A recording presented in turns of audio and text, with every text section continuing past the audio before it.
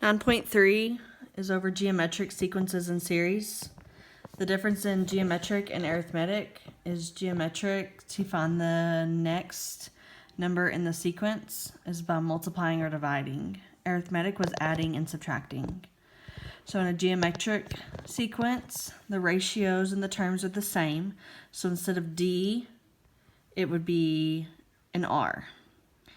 Okay, so instead of subtracting 4 minus 2, 8 minus 4, since it's geometric, we're going to take 4 divided by 2 is 2. 8 divided by 4 is 2. 16 divided by 8 is 2. So R is 2. Okay, on letter B, 36 divided by 12 is 3. 108 divided by 36 is 3. 324 divided by 108 is 3. Okay, so you would do the same thing on any other sequence in order to find what the common ratio is. Okay, just like on arithmetic, you have a formula in order to write your common formula for a geometric sequence. So we're going to write the first 5 terms of the geometric sequence. The first term is 3. The ratio is 2. Okay, so I write A1 is 3. If the ratio is 2, I just multiply by 2 each time to get to the next term. Okay, example 3, find the 15th term. So here is my common formula. A15, they tell me that the first term is 20. The common ratio is 1.05, so I put that where the R is. If I'm finding the 15th term, I write 15 minus 1 in the exponent. Okay, whenever I plug all that in, this is what I get to be the 15th term. Example 4, find the 12th term of the sequence. By looking at this, I know that the A1 is 5. 5 to 15, 15 to 45, we're multiplying by 3. So when I take my formula, I want to find the 12th term. A1 is 5. The ratio is 3. 5 minus 1 goes in the exponent, and I get this number as my 12th term. Okay, whenever you're trying to find a specific term but you're not given the first term or the ratio, this is what you're going to do. So you're going to find the 4th term, so A4 is 125.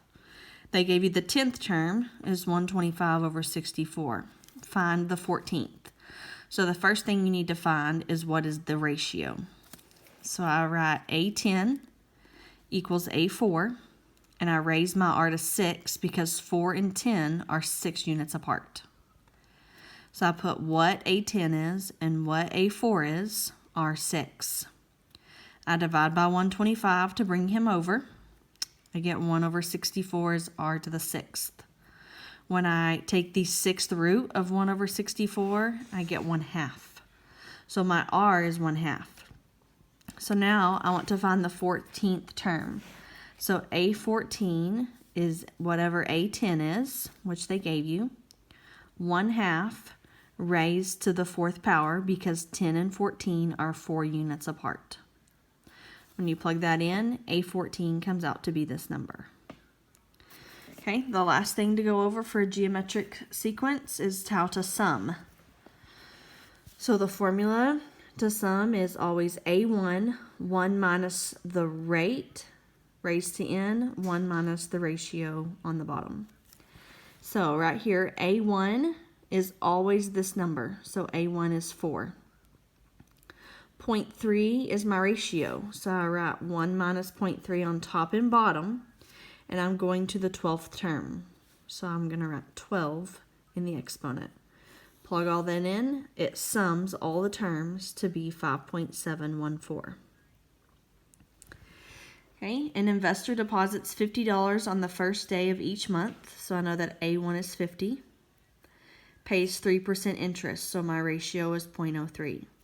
What is the balance at the end of 2 years? So this is in months, so that's why my N needs to be 24. So I'm summing 24 months, which is 2 years. Okay, this spot right here has to be the first month's money. So he's going to put $50 on the first day, but he's gaining 3% interest.